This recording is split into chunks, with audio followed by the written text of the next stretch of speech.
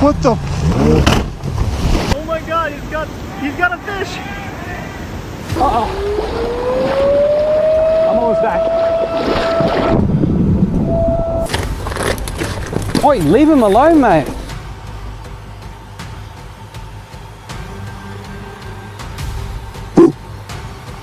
Dude, they're lobbing rocks at me.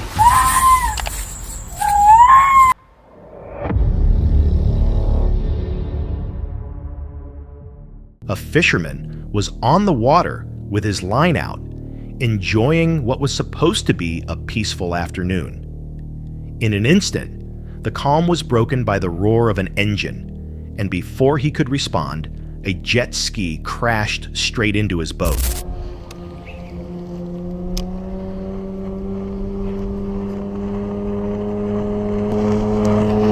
What the?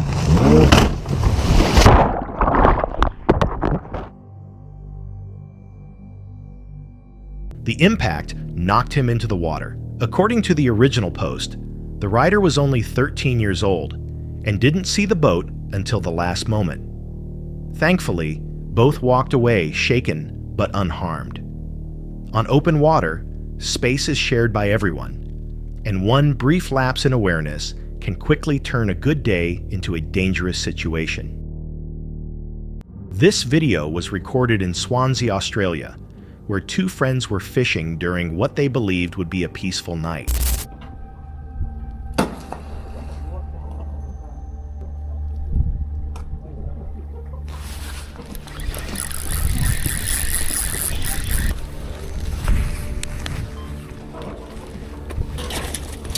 Oi, what the fuck's your problem? Huh? What's going on? Are you alright? You wanna have a go? Are you okay? That sense of calm ended abruptly when a stranger began throwing fishing equipment into the water, quickly escalating into an unprovoked attack. The camera captured one of the fishermen being assaulted, while the person filming narrowly avoided harm as the attacker redirected his aggression toward an elderly man nearby. Oi! Oi! Leave him alone, mate! Stop! Oi, call the cops. Oi, leave him alone, bro! Oi, leave him alone! Oi, leave him alone, mate! Bro, Come. Hey. leave him... Oi, leave him alone! Oi, stop it! Oi, stop! The situation only ended when the attacker noticed the camera and ran off into the darkness. Huh? Just go off the way you go. Go off! Stop!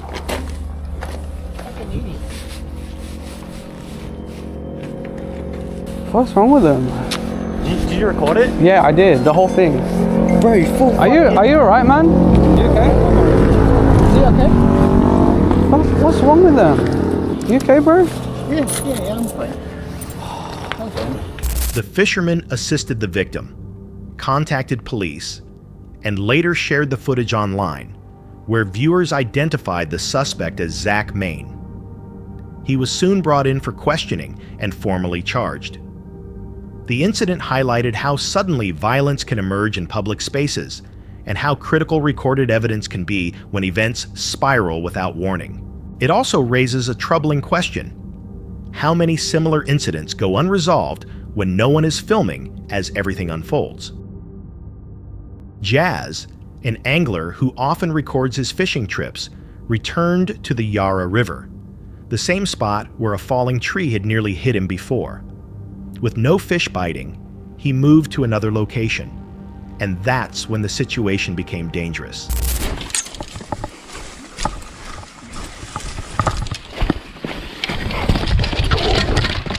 Snake! Where did he go? He's gone, man. There he is.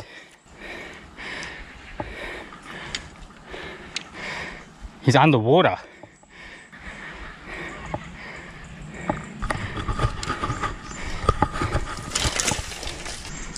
There he is. Tiger. I could hear him coming down the hill. I just couldn't get away because I was sliding down the hill. He flared up. He's right in that middle bit of shade there. He was sitting right where my rods are, and I slipped on the grass and I almost fell on top of him because I couldn't stop. He slipped on the grass and nearly landed on a tiger snake. The snake had been lying right where his rods were, unseen until he was already sliding toward it. Tiger snakes are highly venomous and can be fatal within an hour, and in such a remote area, getting help would have been extremely difficult. The close call left him shaken, realizing how narrowly he had avoided a deadly encounter.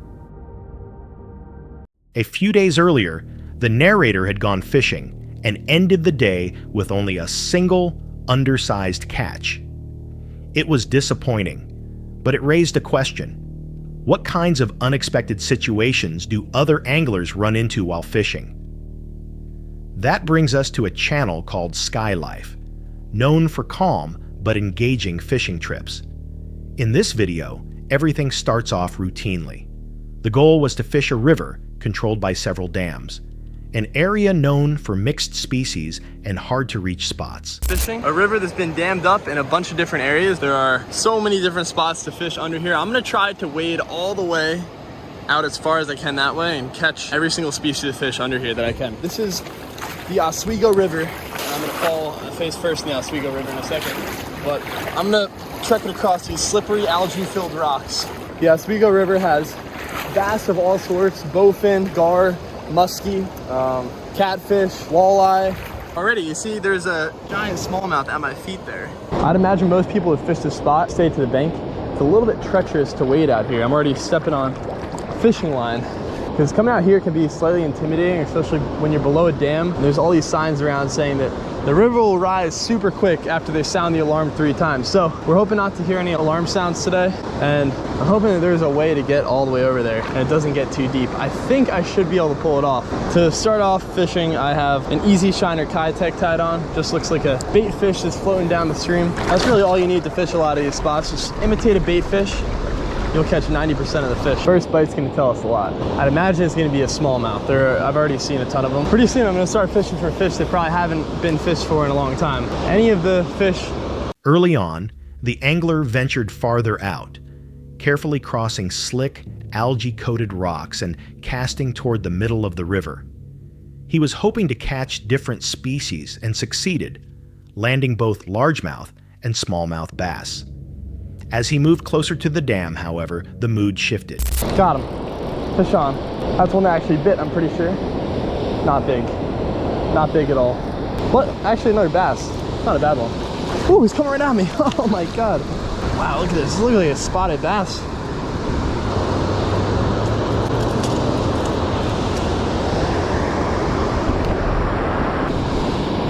I'm just waiting for that mystery bite from a true giant. Oh,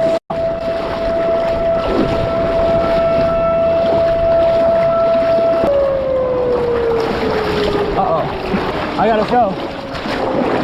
Oh, I got 2 more sirens. Uh-oh. I'm almost back. I should be okay. I got one more. I got one more siren. Holy, these rocks are so slippery. I gotta calm down. I gotta keep my breath stable. The water might be coming out of those releases right there. Oh, come on. Hopefully she falls to the floor. Where's the water gonna come from?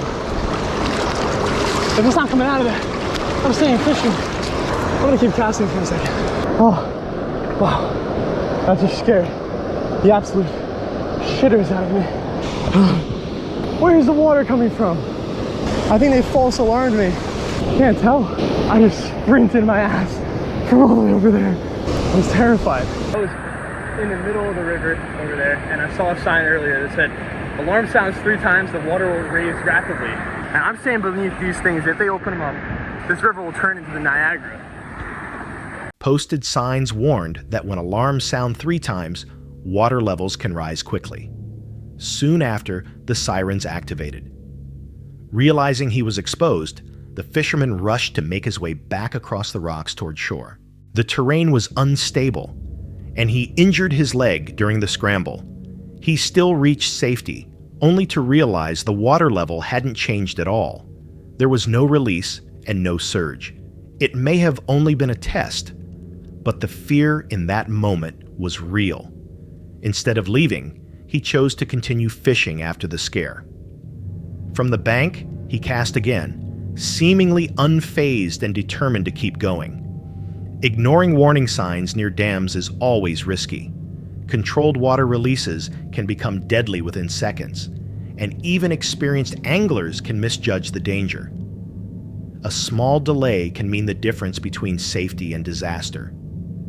So was it just a harmless test, or a serious warning he barely avoided? And if the water had been released, would he have made it back in time? The man was night fishing near a lake when a sudden noise echoed from deep within the forest. His heart racing, he grabbed his flashlight and moved toward the sound, searching between the trees and expecting to see something. An animal, a person, anything at all. But there were no footprints and no signs of life.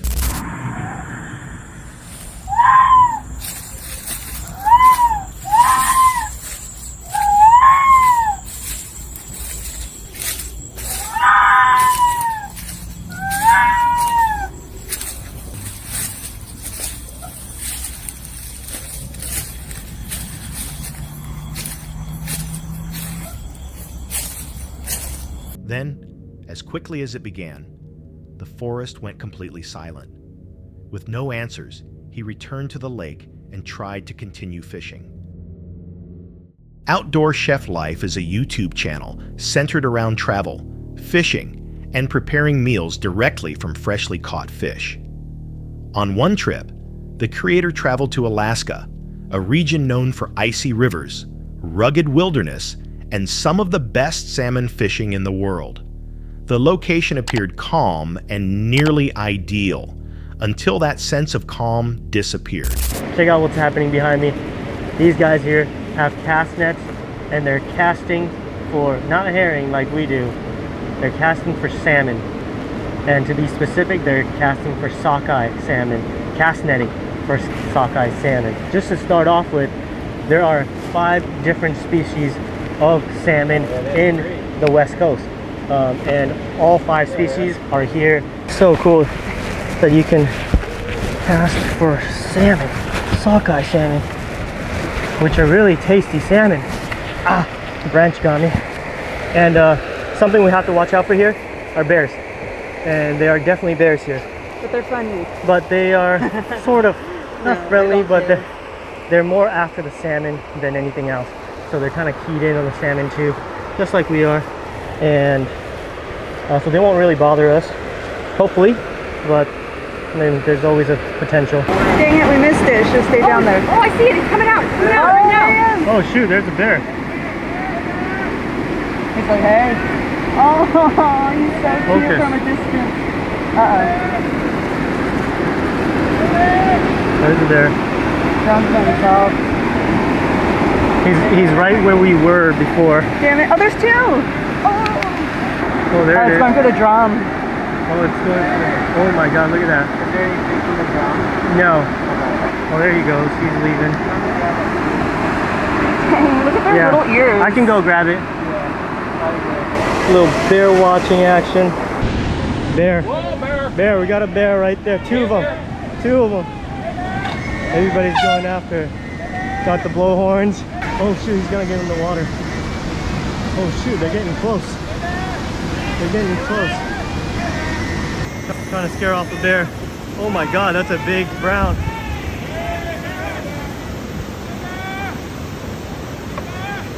They're just trying to scare it off.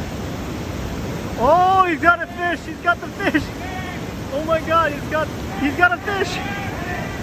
He's got a fish! He stole their fish. As filming continued, movement appeared nearby. A bear emerged close to where they had been standing moments earlier. Then another one followed.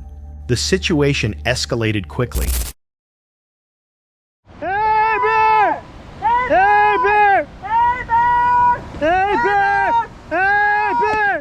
Hey bear! Hey bear! Hey bear! Hey, stay back! Stay back! Stay back! Stay back! Stay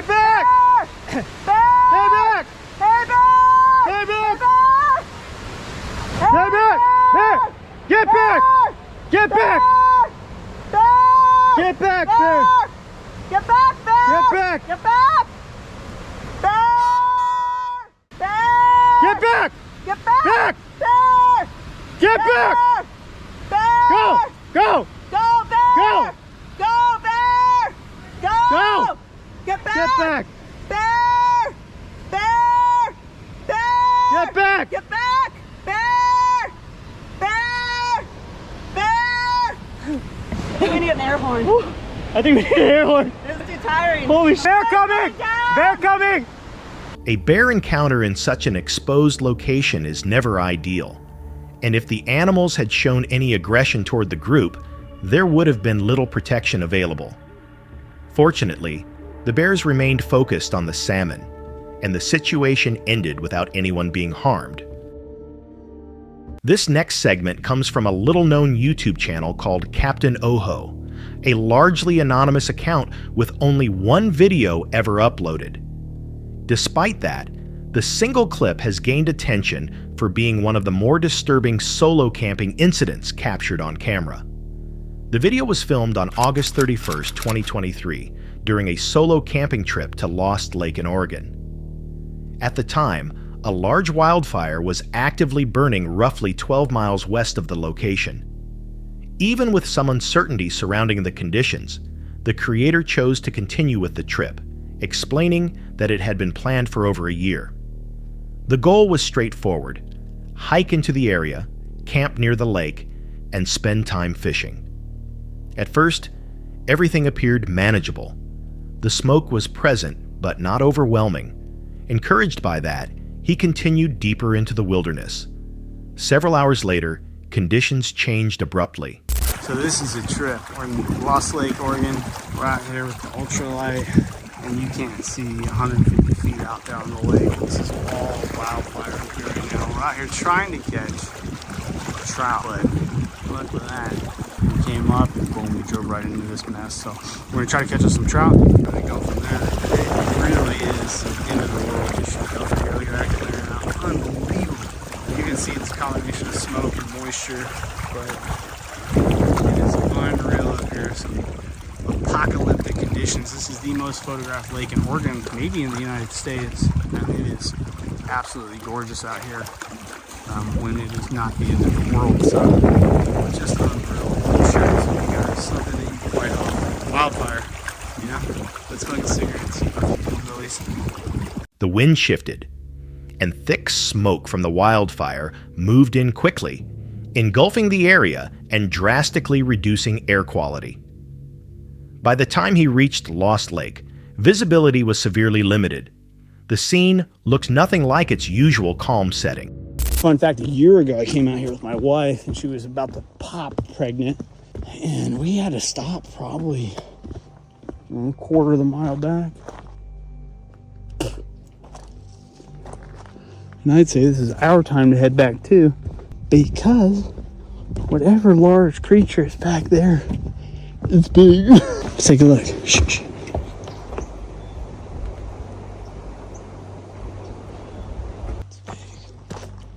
Probably f***ing Sasquatch at this point.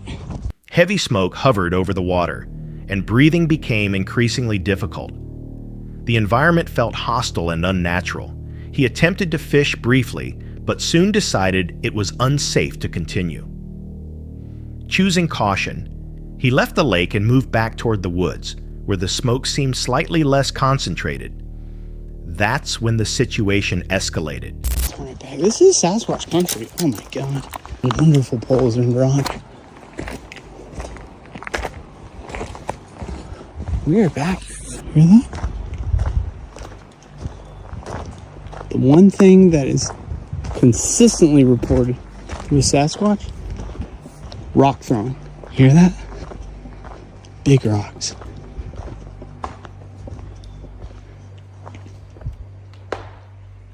Those are big rocks, dude.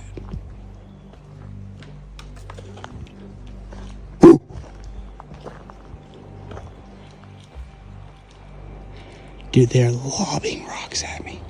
Big rocks. Hear that? It's hitting the tree. We're in Sasquatch country.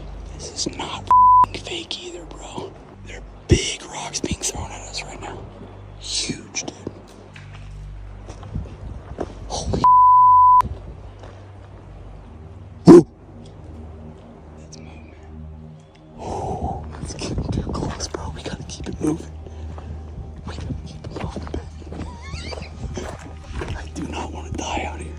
chunky rocks, dude. Dude, those are huge rocks. Huge. That is like no joke rocks. I don't have my gun out here. Do not want to film my demise either. Let's cook it. We gotta cook it. Jesus Christ, dude. What the was that? In the distance, he noticed a large figure moving through the trees. Initially, he assumed it might be wildlife displaced by the nearby fire, such as a deer or a bear. But as he watched, the movement appeared unusual. The figure didn't behave like a typical animal, and soon after, objects began flying through the air. What started as subtle noises quickly intensified. Large rocks began striking nearby trees with force. These were not small stones, but heavy projectiles thrown with clear intent. The size and accuracy of the impacts caused immediate alarm, especially as the rocks landed closer. With no means to protect himself, and fearing the presence of something powerful nearby, he turned and fled.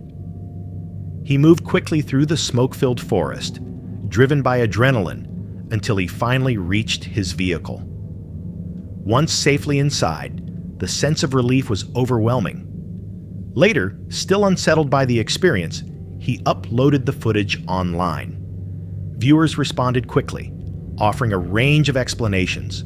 Some suggested the behavior matched reports commonly linked to Sasquatch encounters, particularly the rock throwing. Others questioned whether the incident could be explained by natural causes or misinterpretation. Given the isolated setting, the absence of visible people, and the stress caused by the wildfire, it's possible a large animal reacted unpredictably. However, the size and force of the thrown rocks point to something with notable strength and intention. For believers in cryptids, the encounter aligns with several elements often associated with Bigfoot stories: remote forest territory, rock throwing, and an incident occurring during complete solitude. So what truly took place that night? Was it an encounter with a legendary creature of the Pacific Northwest, or a terrifying misunderstanding amplified by smoke, fear, and isolation? Share your thoughts in the comments. That's it for tonight. Which moment creeped you out the most? Drop it in the comments. Have your own story? Share it with us, and stay tuned. The next one is even darker.